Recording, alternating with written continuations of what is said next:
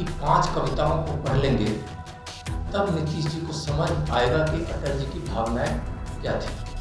मैं भारत के गृह राज्य मंत्री होने के नाते कह रहा हूँ और बहुत जोर देकर कह रहा हूँ कि हिंदुस्तान ही एक ऐसा देश है जहां सब सुरक्षित है और अल्पसंख्यक भी सुरक्षित है। सबसे ज्यादा सुरक्षित जिस अल्पसंख्यक की बात कर रहे हैं वह भारत में है और भारत का एक एक नागरिक यह भी महसूस करता है कि दुनिया का सबसे सुरक्षित देश अभी भारत है।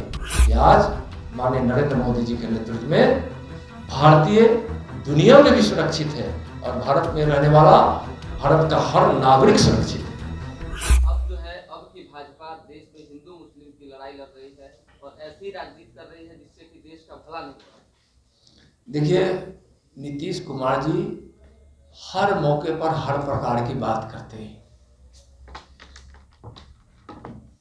भारतीय जनता पार्टी को परम पूज्य अटल जी पे गर्व है और अटल जी भी भारतीय संस्कृति और भारतीय विरासत पर पूरा भरोसा करते थे। वंदे मातरम गीत उन्हीं के समय आपको पता है कि अमेरिका में गाया गया। उसी समय भारतीय संस्कृति का जो भारतीय विकास में सहायक भी है उसकी बात अटल जी हमेशा कहा करते थे। अटल जी की 5 कविताओं को पढ़ लेंगे तब नीतीश जी को समझ आएगा कि अटल जी की भावनाएं क्या थी। पेपर लीक का मामला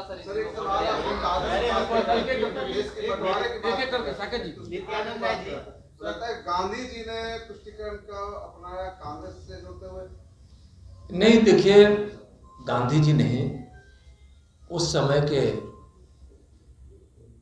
कुछ नेताओं की यह भूल थी और शायद तत्काल पद पा लेने की जो इच्छा थी, जो नेता एक हिंदुस्तान में स्थापित हुए, एक नेता पाकिस्तान में स्थापित हुए और उन दोनों की तुष्टीकरण के कारण एक वातावरण बना और बंगाल में जो उपद्रव हुआ था उसको ओझल करते हुए देश की मन स्थिति को लोग समझा नहीं। कुछ लोगों ने पद की लोलुपता और अति शीघ्रता के लिए देश के बंटवारा की नींव डालती। राहुल गांधी ने ये कहा है कि अब्दुल बारी सिद्दीकी का आरोप है कि भारत में और खास करके बिहार में अब अल्पसंख्यकों का रहना मुश्किल है। केंद्रीय गृह राज्य मंत्री हैं आप, समूचे देश के लॉ एंड ऑर्डर और आदमी के नागरिक की सुरक्षा की जिम्मेवारी आप पर भी है। अब्दुल बारी सिद्दीकी जैसे नेता का यह बयान किस रूप में आप देखिए, बिल्कुल उनका बयान गलत था और आप कह रहे हैं कि आप भारत के गृह राज्य मंत्री भी हैं। मैं भारत के गृह राज्य मंत्री होने के नाते कह रहा हूँ और बहुत जोर देकर कह रहा हूँ कि हिंदुस्तान ही एक ऐसा देश है जहां सब सुरक्षित है और अल्पसंख्यक भी सुरक्षित है। और जिसकी बात वो कर रहे हैं, जिस अल्पसंख्यक की, वह दुनिया के किसी देश से सबसे ज़्यादा भारत में सुरक्षित है और उनकी सुरक्षा केंद्र की सरकार की नीति भी है। इसलिए वह जो कह रहे हैं वह आरजेडी के खोते हुए जनाधार से अलबलाकर वह ऐसी भाषा बोल रहे हैं। आज बताइए ना, विकास की गंगा जो माननीय प्रधानमंत्री जी के भगीरथ प्रयास से बह रही है, क्या चिन्हित करके होता है?